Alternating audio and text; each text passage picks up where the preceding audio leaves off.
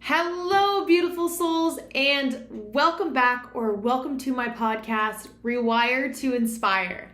I am your host, Jessie Brown, and I turned on the microphone in a little bit of a rush today. And I don't mean in a rush in that I don't have time. I turned on the microphone in the moment today.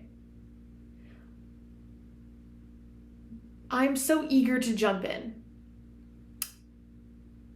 But I really just want to take a second to kind of preface what's going on. But before I do, settle in, welcome. I'm so excited to have you here for episode number 175 of this podcast. If you missed my last episode, 174, Do You Believe Your Best Is in the Past? I really enjoyed recording that episode, and it is one that I feel we might all need to be hearing. Because I think having a little more optimism and excitement about the future is something we're all needing very sincerely. And so if you haven't checked out that episode yet, I definitely encourage you to. If you are tuning in on video, you will see that finally behind me, there is a little bit of progress that is happening. I'm still working on this. My window has a kind of, what are those things called? I don't know what they're called. I can't think of the word right now. This really just goes into theme of why I wanted to jump on the microphone right now, which is because I'm feeling very, maybe agitated is the right word. I'm very frustrated, and I'm recognizing how my thoughts around that are starting to leak into my mood. In real time, writing a podcast episode about the correlation between our thoughts and our mood. And as I was getting ready for this episode, and I was doing some research and I was doing some reading, and I pulled from a couple of my old books from when I was studying social work, and I was doing some research, and I just started to get really frustrated at my lack of understanding of some of these different theories that used to be second nature to me.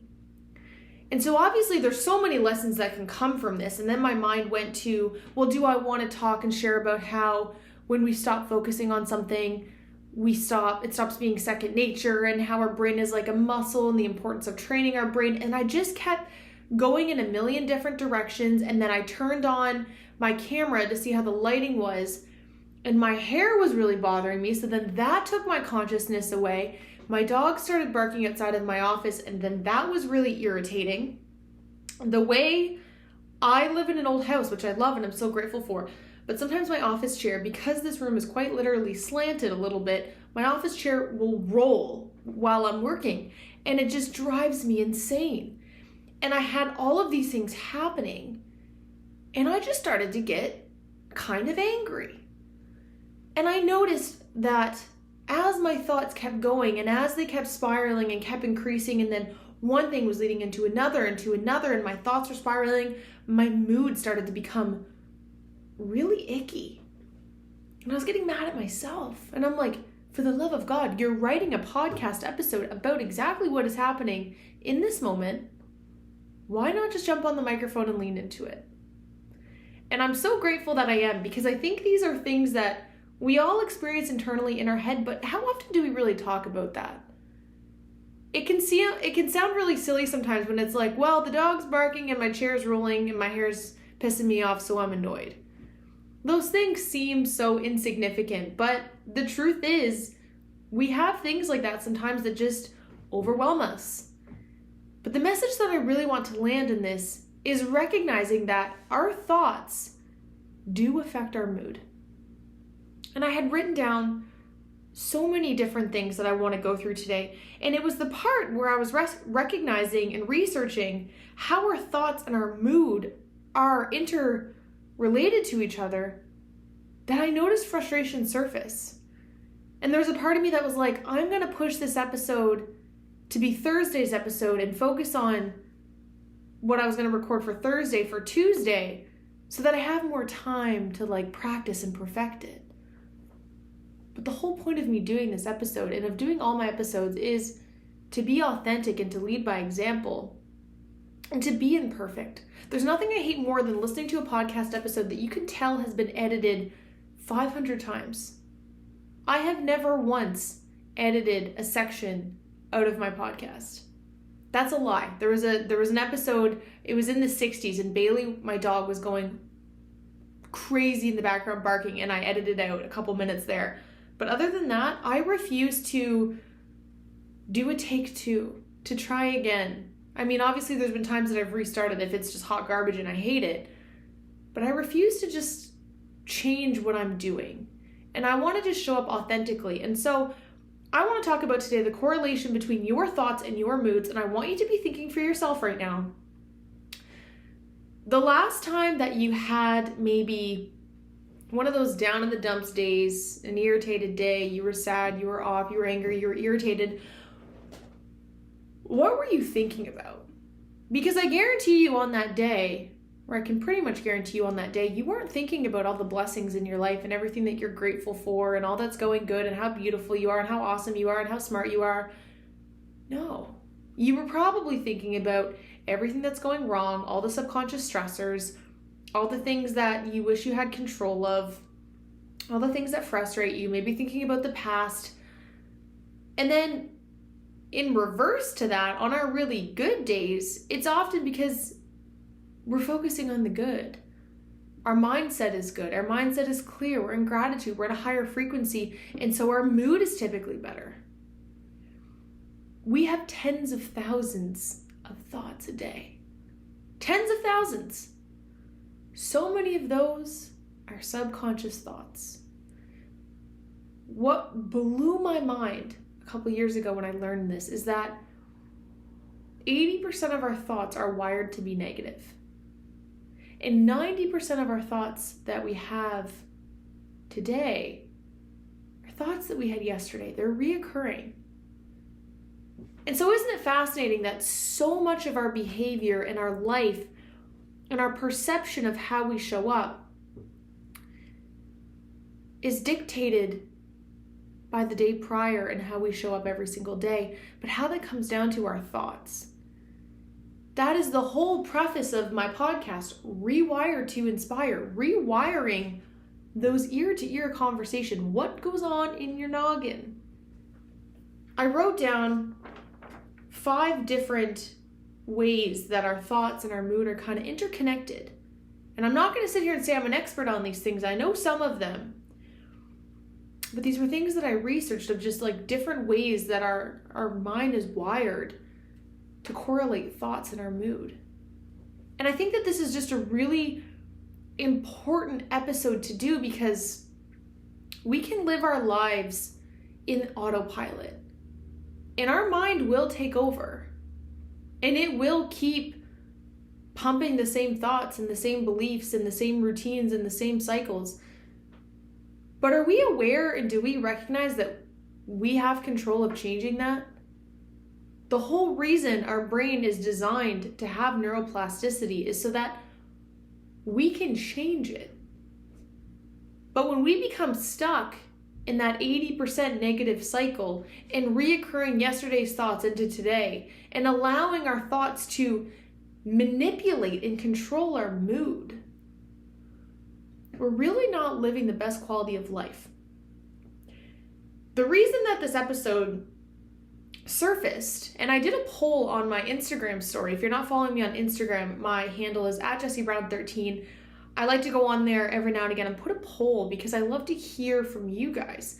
And one thing I asked is, do you want to learn more? And are you fascinated a bit with the concept of how our thoughts and our mood are correlated? And that was the highest level of feedback that I had ever gotten on a poll before. And I just thought that that was so fascinating. Something that we all experience and we all have the ability to be aware of, we have very, very little awareness on. And it's something that if we don't bring awareness to, again, it will control us until we control it. And until we take conscious time to pause and to recognize, I have control of my thoughts, not the other way around. That is when our life will begin to shift. That is when how you show up and how you view yourself will begin to shift. I wrote something down and I want to read it. And again, I want to just preface that I did not write this. This came straight from a textbook. But it said the correlation between our thoughts and our mood is significant and is a fundamental aspect of the field of psychology. The relationship is often described as a cognitive behavioral link and is a central concept in cognitive behavioral therapy, CBT. So I used to use CBT quite a bit with my clients. It is basically a modality of therapy that you use. And basically the process of it is to help you deal with overwhelming problems in small little steps. And it really focuses and emphasizes on present issues versus the past. So it allows you to take action in the present to basically overcome things that have happened in the past. And so the reason that this modality and this approach is so prevalent with our thinking is because that's what a lot of CBT is. It's changing the way that you're thinking, which is going to change the way you feel about yourself, which is going to change the way you show up in your life. Our thoughts will dictate our quality of life. And until we recognize that, the same cycles are going to continue to perpetuate. And so the first kind of way in which our thoughts can be correlated is something called cognitive distortion.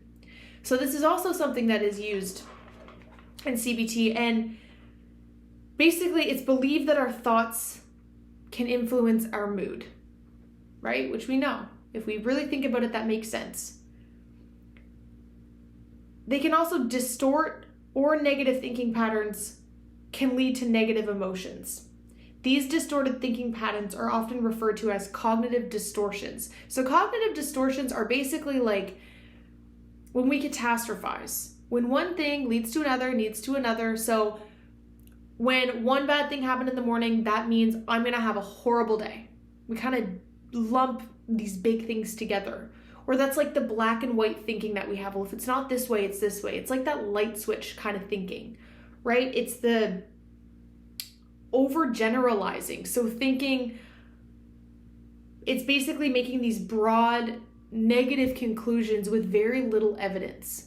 And so that is a very common way. So cognitive distortion is basically a very common way that our thoughts and our mood can be correlated, because if we are just all or nothing thinking, that can really start to affect the way we show up. It's okay for something to take over and to bother us and to influence our mood. But what we need to recognize is that taking over my whole day? Is that taking over now my tomorrow? Am I now waking up tomorrow morning worrying about something that happened today? And it's important that we recognize that and the correlation of that. The second kind of way that our thought patterns work is that automatic thought process, those automatic thoughts that come in. This was really what kickstarted this idea for me.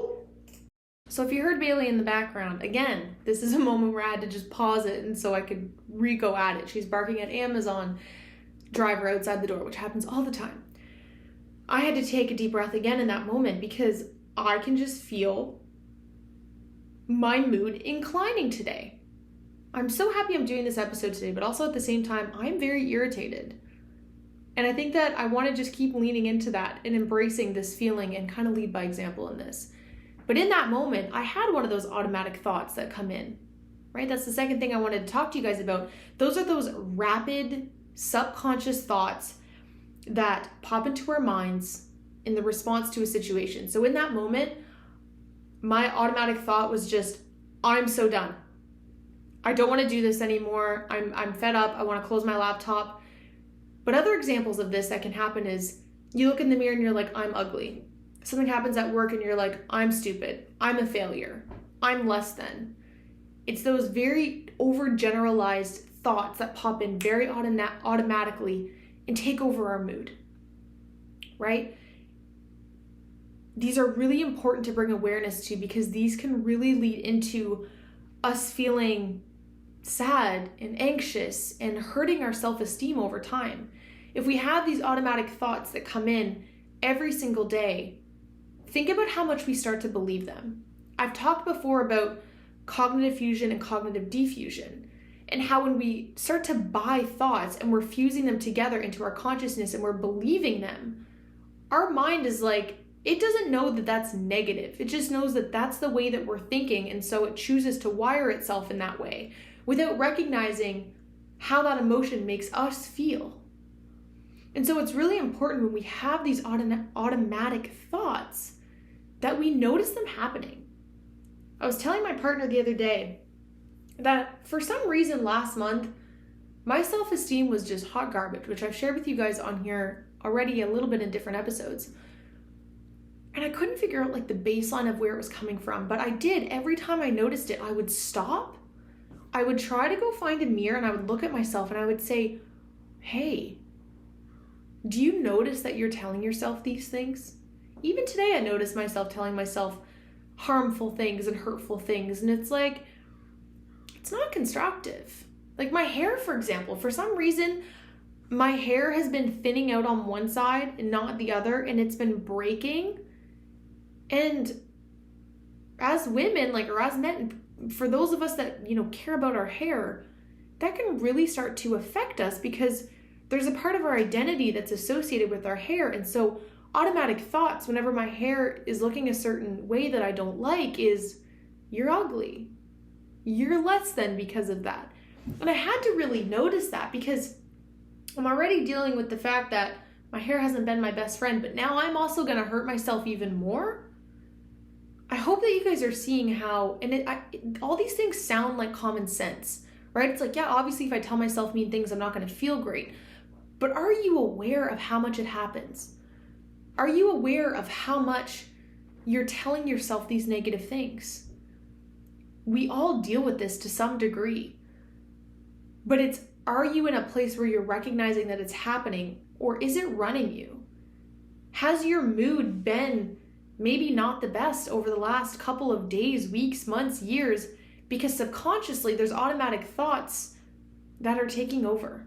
And are you recognizing that that is happening? So that is really kind of the second way that our mood and thoughts can be connected, is those automatic thoughts that come in. The third one is reciprocal relationship. So it's really important to recognize that the relationship between our thoughts and our mood is reciprocal, meaning like it's interchangeable. While negative thoughts can lead to negative emotions, negative emotions can also lead to negative thoughts. So they can go in either direction. And so this is why when people just say, focus on your thoughts and try to change them, it's also important to recognize how external things can dictate our emotions, which then dictate our thoughts. So for example, I think of fitness as a big example for this. So if you are continuously not eating good, not nourishing your body, not going to the gym, and your body hormonally, energetically, physically is starting to feel that and see that, think of how then your emotions are going to take over. Maybe your self-esteem is going to take a hit. Maybe physiologically you aren't as healthy, and so your body isn't getting the right amount of hormones, and how that is then leaking into the thoughts that you're having, which then makes this all a cycle. All of these in and of themselves are their own cycle, figure eight that happens. It's the same with the negative thoughts, those automatic thoughts. It can be a figure eight that continues to happen. But it's important to recognize that our emotions also dictate the quality of our thoughts. And if we are struggling, think of a time in your life where you've been struggling, your thoughts are likely a little bit more challenging. Let's say you just lost someone. You're probably not going to be going in your brain like, I'm so beautiful, I'm so successful, I'm so happy. No, because you're feeling something in your emotions, and your thoughts are going to be a mirror to that. And so that's what reciprocal relationship is basically just that our thoughts and our emotions kind of control and manipulate each other. And so we also have to pay attention to the things external to us, external to our mind, and how that is dictating our emotions and our quality of life, and how those things will dictate the thoughts that are happening inside.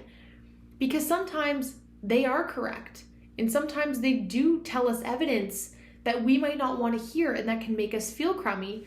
But sometimes it is strong evidence that we need to hear, and hard truths that we need to hear to be able to take action externally. Okay, number 4. This is the one that I kept trying to say, and I kept butchering, and I kept getting angry. So I'm going to say it, and it's cognitive restructuring. For some reason, there's certain words, you guys, it's kind of funny, but there's certain words, I don't know if it's because I studied French and English from grade 1 to grade 12, and so some words to me, when I read them, my brain tries to read it in French. But that word, for some reason, was just peeing me off earlier, and so now I'm just choosing to laugh about it because I think it's funny that I couldn't say it. But restructuring. Okay. So basically, CBT aims to help individuals identify and challenge their negative or distorted thoughts. This process is also known as cognitive restructuring. By changing the way you think about a situation and replacing negative thoughts with more balanced or realistic ones, you can improve your mood and emotional well-being. So I've shared before the concept of bridge statements. Basically what this is saying is, I picture it like you were on one side of a river, you need to get to the other side.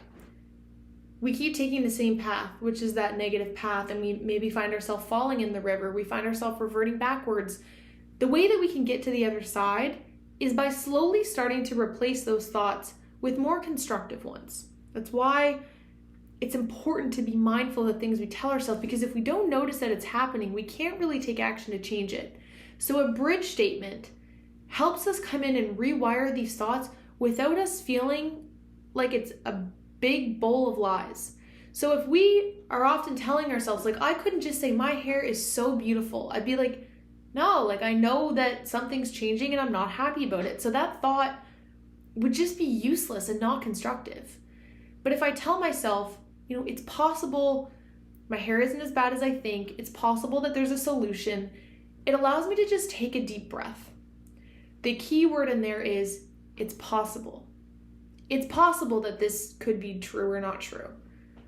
For example, if you tell yourself all the time, I'm a failure, it's possible I'm more successful than I'm giving myself credit for.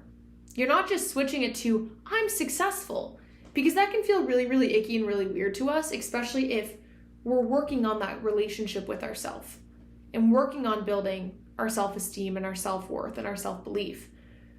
But the whole point of this one is that CBT approach of those little steps, those little actions, those little rewirings, and that happens by catching the thought, changing the thought, releasing the thought over and over and over again. One thing that is helpful, and I share this all the time, get it on paper. Our thoughts and our mind go faster than the speed of light. But do you know what doesn't go faster than the speed of light? Is writing something down. It allows you to slow down your thinking. You can only physically write as fast as you can, but your thoughts go way faster than that. But if you take the time to write these things down, it allows you to slow the thoughts down, constructively rewrite how you want to think. So I encourage you to get pen to paper. The last one is called a cognitive triad. This is something, I believe his name was Baez, or I can't remember. I remember learning about this in college. And it's basically this triangle that refers to a pattern of thinking that focuses on yourself, the world, and the future. And it's a continuous negative cycle. If you view yourself as negative, you're going to think of the world as negative, you're going to think of your future as negative, and it just continues to perpetuate. When someone is constantly thinking negative in these three areas, so many things can happen, right? It can lead to us developing some mood disorders, right? We can start to take on depression.